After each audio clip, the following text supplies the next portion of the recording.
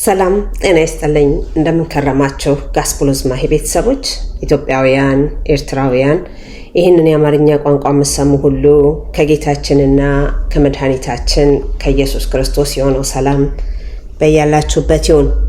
ዛሬ አጠር ባለ ቪዲዮ ተመልሻለሁ። አዲሶች እንኳን ደህና መጣችሁ፣ ነባሮች እንኳን ሰላም ተመለሳችሁ።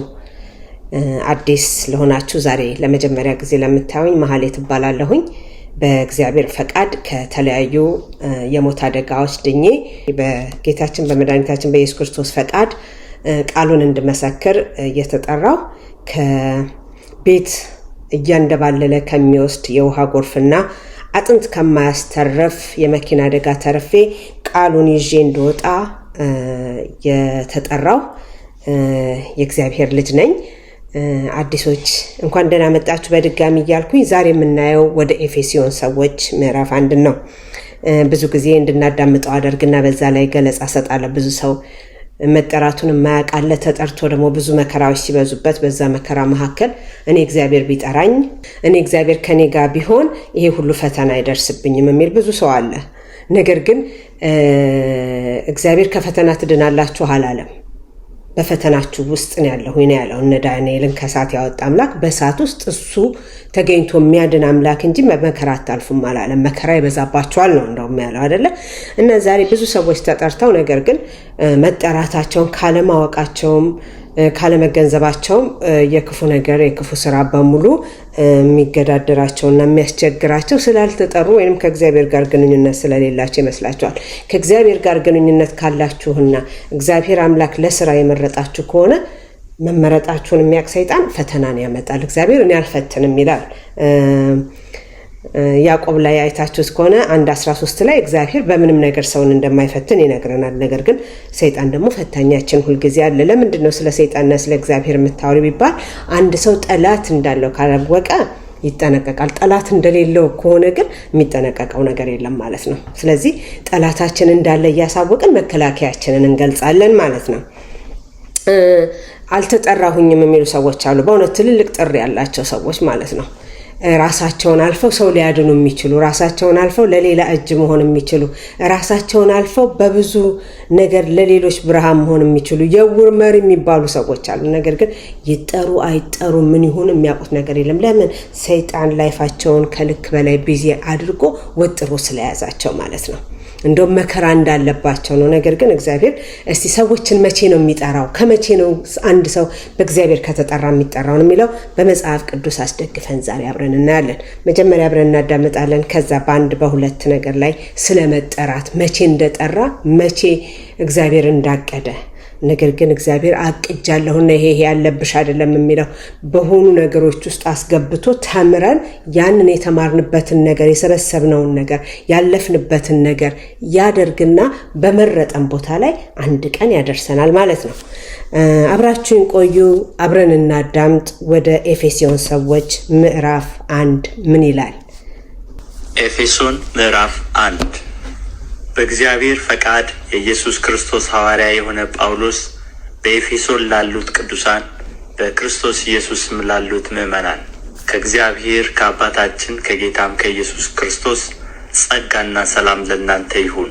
በክርስቶስ በሰማያዊ ስፍራ በመንፈሳዊ በረከት ሁሉ የባረከን የጌታችን የኢየሱስ ክርስቶስ አምላክና አባት ይባረክ። ዓለም ሳይፈጠር በፊቱ ቅዱሳንና ነውር የሌለን በፍቅር እንሆን ዘንድ በክርስቶስ መረጠን። በበጎ ፈቃዱ እንደወደደ በኢየሱስ ክርስቶስ ሥራ ለእርሱ ልጆች ልንሆን አስቀድሞ ወሰነን። በውድ ልጁም እንዲያው የሰጠን የጸጋው ክብር ይመሰገን ዘንድ ይህን አደረገ። በውድ ልጁም እንደ ጸጋው ባለጠግነት መጠን በደሙ የተደረገ ቤዛነታችንን አገኘን። እርሱም የበደላችን ስርየት፣ ጸጋውንም በጥበብና በአእምሮ ሁሉ አበዛልን። በክርስቶስ ለማድረግ እንደወደደ እንደ ሐሳቡ የፈቃዱን ምስጢር አስታውቆናልና በዘመን ፍጻሜ ይደረግ ዘንድ ያለው ሐሳቡም በሰማይና በምድር ያለውን ሁሉ በክርስቶስ ለመጠቅለል ነው። እንደ ፈቃዱ ምክር ሁሉን የሚሠራ እንደ እርሱ ሐሳብ አስቀድመን የተወሰንን በክርስቶስ ደግሞ ርስትን ተቀበል። ይኸውም በክርስቶስ አስቀድመን ተስፋ ያደረግን እኛ ለክብሩ ምስጋና እንሆን ዘንድ ነው። እናንተም ደግሞ የእውነትን ቃል ይሄውም የመዳናችሁን ወንጌል ሰምታችሁ ደግሞም በክርስቶስ አምናችሁ በተስፋው መንፈስ በመንፈስ ቅዱስ ታተማችሁ።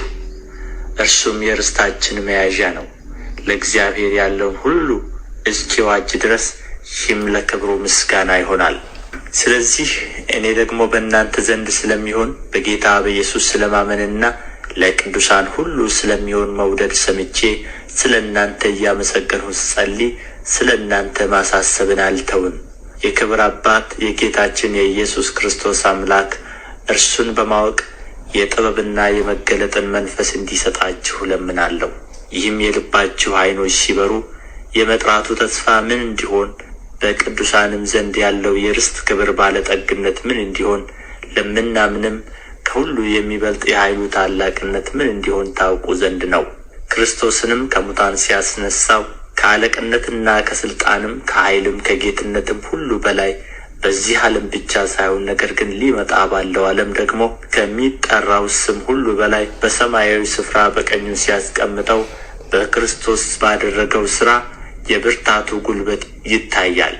ሁሉንም ከእግሩ በታች አስገዛለት። ከሁሉ በላይ ራስ እንዲሆን ለቤተ ክርስቲያን ሰጠው። እርሷም አካሉና ሁሉን በሁሉ የሚሞላ የእርሱ ሙላቱ ናት። አሜን። ለቃሉ የእግዚአብሔር ስም ዘወትር የተመሰገነ ይሁን።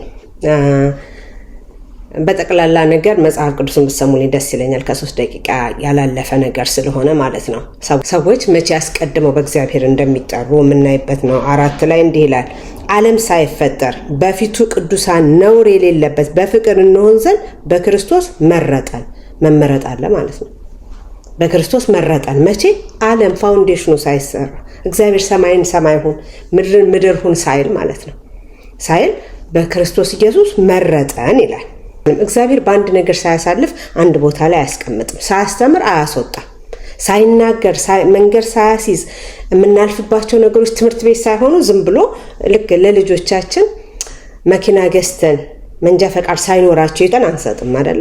ልክ እንደዛ እግዚአብሔር በተለያዩ ችግሮች ውስጥ ሰይጣን ሲያስገባን እግዚአብሔር ያንን ለበጎ እያደረገ እያሳለፈ በዛ በጎ ነገር ውስጥ ክፉን ነገር ወደ በጎ እየቀየረ እያስተማረ ነው የሚያስወጣን ማለት ነው። በውድ ልጁ እንዲያው የሰጠን የጸጋው ክብር ይመሰገን ዘንድ ይህን አደረገ። እግዚአብሔር ይመሰገን ዘንድ የጸጋው ክብር፣ ጸጋ ማለት በነፃ ያገኘ ነው ማለት ነው።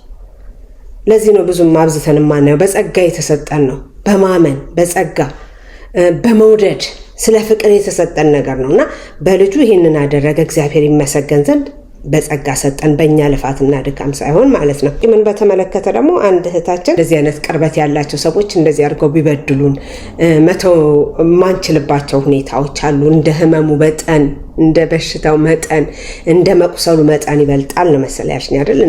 ይወስነዋል ይቅር ለማለት። በቃ የምናስቀምጠው ሚዛን ላይ ነገር የለም። ትልቅ ነው ትንሽ ነው የሚባል ነገር የለም። በጥቅሉ የበደሏችሁን ተዉት ስለሚል ማለት ነው። እኔ በቀል አምላክ ነኝ ለእኔ ተዉት ይላል። አባታችን ወይም ደግሞ ስንል ሁል ቀን አባታችን ወይ የበደሉንን ይቅር እንደምንል አቤቱ ይቅር በለን እንለዋለን።